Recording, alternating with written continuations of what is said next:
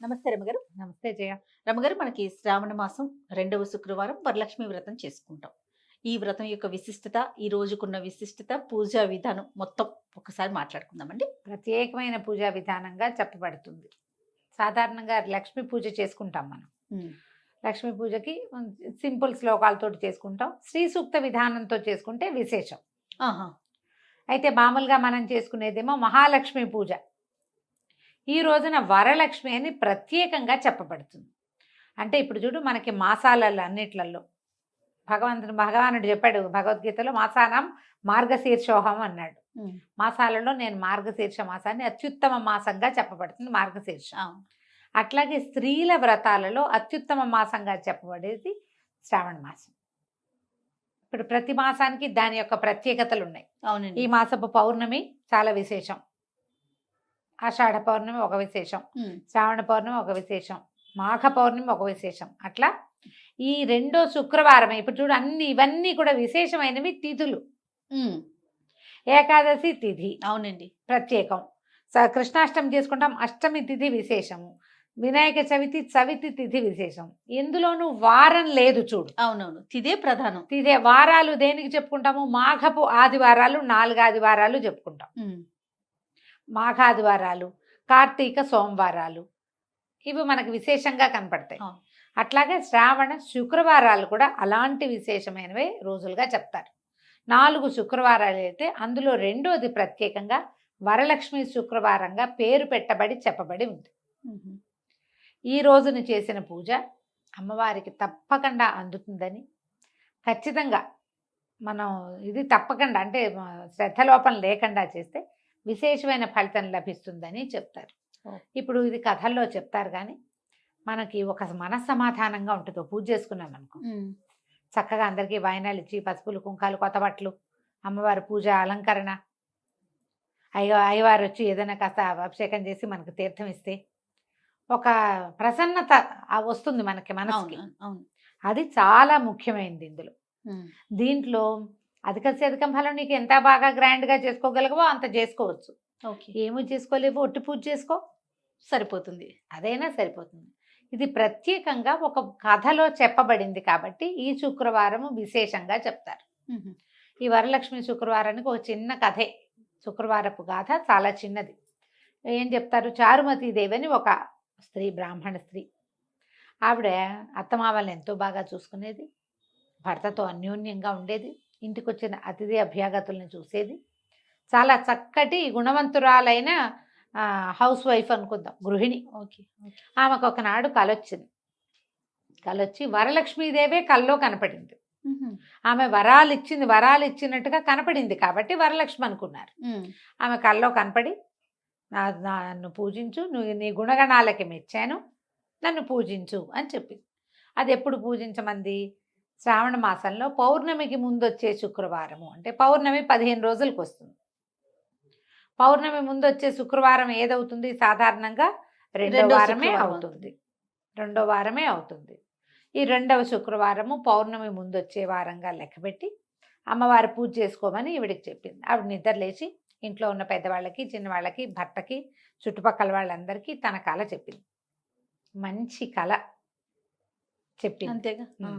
చెబితే వాళ్ళందరూ వెయిట్ చేశారు, చూశారు శ్రావణ మాసం ఎప్పుడు వస్తుందా అని. చూసి శ్రావణ మాసం రాగానే ఈ 2వ శుక్రవారం కోసం వేచి ఉండి చక్కగా విశేషంగా ఇళ్ళు వాకిళ్ళు అన్నీ అలికి ఒక చిన్న మండపం ఏర్పరిచి పంచపల్లవాలు మర్రి, రావి, జువ్వి, మేడి, మామిడి, ఈ పంచపల్లవాలతోటి కలశాన్ని ఏర్పరిచి, మామూలు కలశం మనం ఏం చేస్తాం, మామిడాకులు పెట్టి కలశం పెడతాం, లేదా తమలపాకులు కూడా పెట్టే పద్ధతి కనిపిస్తుంది.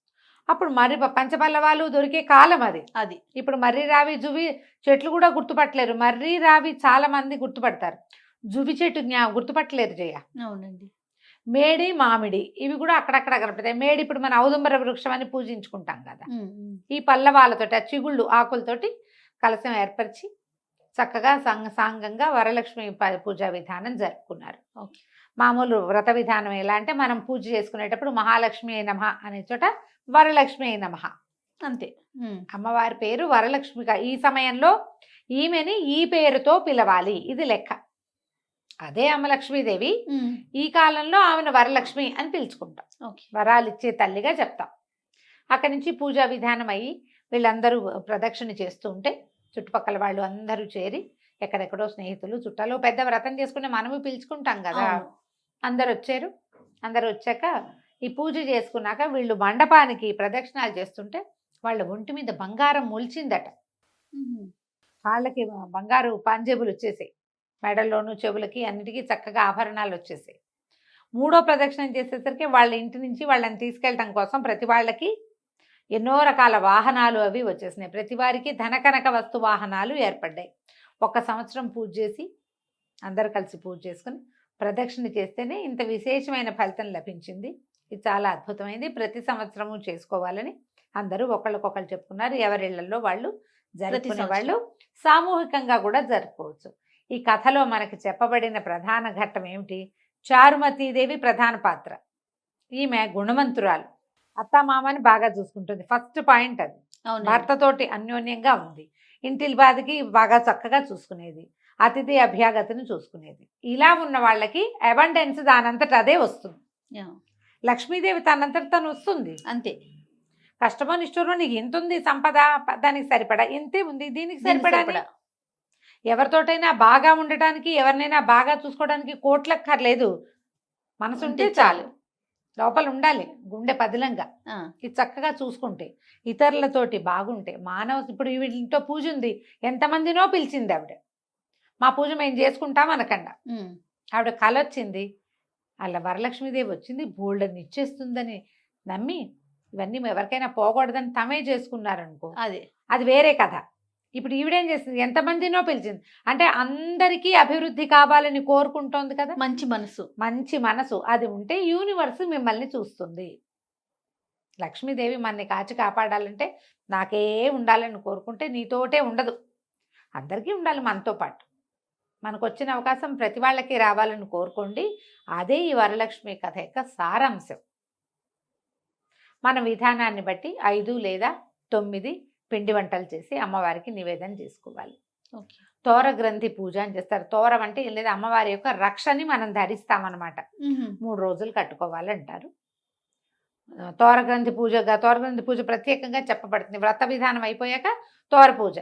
ఆ తోరం చేతికి కట్టుకుని అప్పుడు కథ వింటాం మనం. కథ విన్నాక అక్షంతలు చేతితో పుచ్చుకోవటం, కథ వినడం, అక్షతల్ని అమ్మవారి మీద కొన్ని వేసి మన మీద కొన్ని వేయించుకోవాలి. ఇంట్లో ఉన్న పెద్దవాళ్ళకి నమస్కారం చేసి అక్షంతలు వేయించుకోవాలి. భార్యాభర్త ఇద్దరు కూర్చుని చేయవలసిన వ్రతంగా ఎప్పుడూ చెప్పలా దీన్ని, స్త్రీల వ్రతంగానే చెప్పబడింది.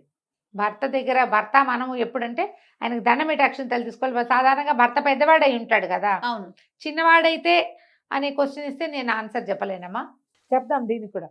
భరించేవాడు భర్త, పెద్దయినా చిన్నైనా భర్త భర్తే అంతే. ఆ భర్తకి దండం పెట్టి తీసుకోవచ్చు. మీరు మీ మీద మీ తండ్రి స్థానాన్ని తీసుకున్నాడు, మీ పిల్లలకి తండ్రి కాబట్టి ఆయన పనికొస్తాడు. దండం పెట్టి అక్షంతలు వేయించుకోండి. ఇంట్లో పెద్దవాళ్ళతో దండం పెట్టి అక్షంతలు వేయించుకోవటము. అక్కడి నుంచి ఇరుగు పొరుగు వాళ్ళకి వాయినాలు ఇచ్చుకోవటము. బాగా చక్కగా ఇతోధికంగా శనగలు నానబెట్టి, శనగలు ఈ కాలంలో అందరూ ఇస్తున్నారు, రవికల బట్టలు, ఏదైనా రిటర్న్ గిఫ్ట్ హ్యాంపర్లు ఇస్తున్నాం కదా, ఏమిటంటారు వాటిని, ఒక బ్యాగులు, గుడి బ్యాగ్స్ లాంటివి తయారు చేసి ఇస్తున్నాం. అంతేం చేయలేకపోయినా ఏం పర్వాలేదమ్మా. తాంబూలము, అరటిపండు, కమలా పళ్ళు ఇప్పుడు వస్తాయి, ఆరెంజెస్ వస్తాయి కదా, అవో. తర్వాత శనగలు, సువాసన చిహ్నాలైనవి ఏమైనా పసుపు కుంకుమ అలాంటివి ఏవైనా తాంబూలంగా ఇచ్చి ఆశీర్వాదం తీసుకోండి. ఇది మంచిది, చేయగలిగిన పని, సింపుల్. తర్వాత ఏ వారం చేయాలి అనేది ఒక పెద్ద ప్రశ్న. 2వ వారం అనేది ప్రత్యేకంగా చెప్పబడింది. ఏ పండగైనా ఆ పండగ రోజున చేసుకుంటేనే సరైనది అవుతుంది. అవును. ఒకవేళ చెయ్యలేని పక్షంలో ఇంకా తర్వాత వారాలు ఉన్నాయి కాబట్టి చేసుకోండి. కానీ ఇవాళ ఎవరు చేస్తారు అని మానేయకండి, అది కాదు పద్ధతి. చేసుకుని పూజ ముగించుకోవాలి. ఒకవేళ కుదరని పక్షంలో మొదటి వారం కానీ, లేకపోతే తర్వాత ఉన్న 2 వారాల్లో 3వ వారం పెద్దగా సాధారణంగా పెద్దవాళ్ళు చెప్పరు.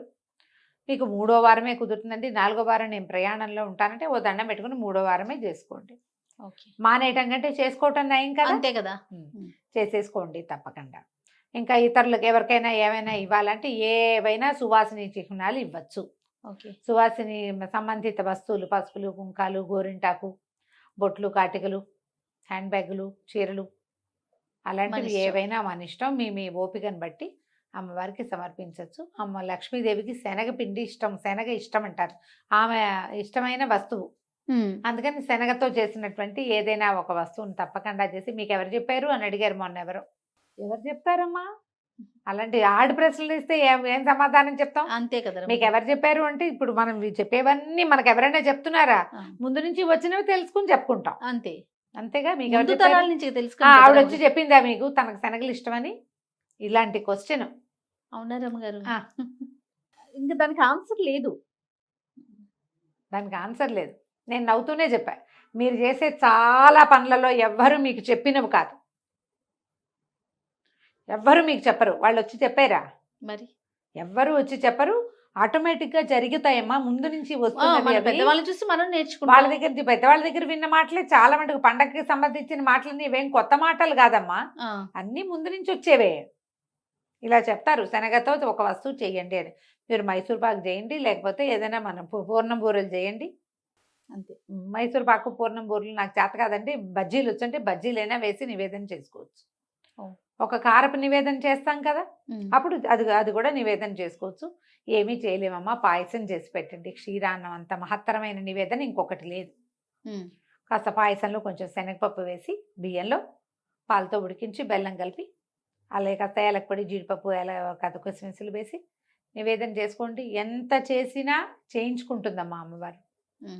నీ చేతని కాదు, నీ ఆస్థని, నీ నమ్మకాన్ని, నీ శ్రద్ధని చూస్తుంది అంతే. శ్రద్ధతోటి ఎంత పూజ చేసుకోగలిగితే మానేయకుండా చేసుకోండి, అది ప్రధానం. ఆడంబరాలు అవకాశం ఉంటే మీ ఇష్టం, ఎంత ఆడంబరం కుదిరితే అంత. ఏం కుదరపోయినా అది చేయకపోతే కుదరదేమోనని పొరపాటును కూడా అనుకోకండి. ఓకే, మీకు కావలసినట్టుగా చేసుకోండి. ఇందులో ఏంటంటే ప్రతిమని చేసి పెట్టే వాళ్ళు ఉంటారు, ప్రతిమని చేస్తారు. లేదా బంగారానికి పూజ చేసుకోవచ్చు. బంగారం, కొత్తగా బంగారం కొనలేని వాళ్ళు, కొనలేకపోయినా కూడా పాతది మన ఇంట్లో ఉన్న బంగారాన్ని పాలతో కడిగి బంగారు వస్తువు మేమైతే మా అమ్మ గొలుసు పెట్టుకుని పూజ చేసుకునే వాళ్ళని బంగారానికే పూజ. నిజంగా నేను అబద్ధం చెప్పటం లేదు, చాలా పాత సంగతి. మేము వరలక్ష్మి వ్రతంగా మాకు తెలియదు, పూజగానే చేసుకునే వాళ్ళం. మా అమ్మ కాసకాయ గుళ్ళు ఉంటే లోపల పెట్టేది, కొత్త గొలుసు లోపల ఉండేది, పాలతో కడిగి మేము దేవుడి దగ్గర పెట్టుకునే వాళ్ళం. దానికే పసుపు కుంకంతో పూజ చేసుకునేవాళ్ళం.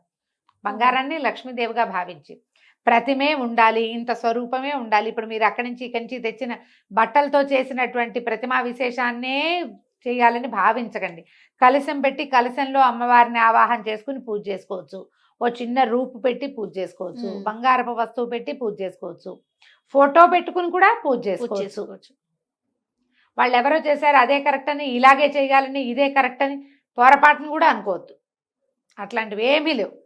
మీరు ఏది చేసుకోగలిగితే, మీ ఇంట్లో ఏది ఉంటే, మీ మనసుకి ఏది నచ్చితే అది చేసుకోవాలి. వాళ్ళకు అది కుదిరింది వాళ్ళు అది చేసుకుంటారు, మీకు ఇది కుదిరింది మీరు ఇది చేసుకోండి. మానేయకుండా చేయండి, అది ప్రధానం. అది చాలా ప్రధానం. ప్రతిమలు చేసుకుని మేము చేసేవాళ్ళం. కొబ్బరికాయకి ముఖం ఇది చేసి, ఇప్పుడు వెండి ముఖాన్ని పెట్టడం కాదు జయ, పసుపును కొంచెం శనగపిండి పెసరపిండి కలిపి ముఖం చేసి, కళ్ళు ముక్కు అన్నీ చేసి అలంకారం చేసి, నేను మా ఇంట్లో ఉన్న నా దగ్గర ఉన్న బంగారు వస్తువులన్నీ కలశానికి అలంకరించుకుంటాను. ఈ అమ్మవారికి అలంకరిస్తాం. ప్రతిమ చేసుకునే అలవాటు ఉంది మా ఇంట్లో కూడా. బొమ్మ చేయటం అంటారు, అది చేసుకుని పూజ చేసుకుంటాం. అప్పుడు కూడా ఒక బంగారు వస్తువు పెట్టుకుంటాం. నేనేమో ఎవ్రీ ఇయర్ గోల్డ్ కొన్నమ్మా, అది అంత శ్రద్ధ ఏం లేదు. ఎప్పుడో కుదిరినప్పుడు కొనుక్కుంటాం. రూపులు మనం బంగారం కొనుక్కోవడానికి ఒక విధానంగా, ఇప్పుడు రూపులు కొనుక్కోవటం ఒక పద్ధతి. అవును, ప్యూర్ గోల్డ్ కనుక కొనుక్కున్నామంటే రేపొద్దున పిల్లలకి కలిసి వస్తుంది. ఈ పేరుతోటైనా 1 గ్రాము 2 గ్రాములు బంగారం తప్పకుండా కొంటాం కదా. మేము ఈ అవకాశాన్ని బట్టి చేయండి అమ్మా. ఏది చేసినా మంచిదే, మానేయకుండా ఉంటే చాలు. సంతోషం. నమస్తే. నమస్తే జయ.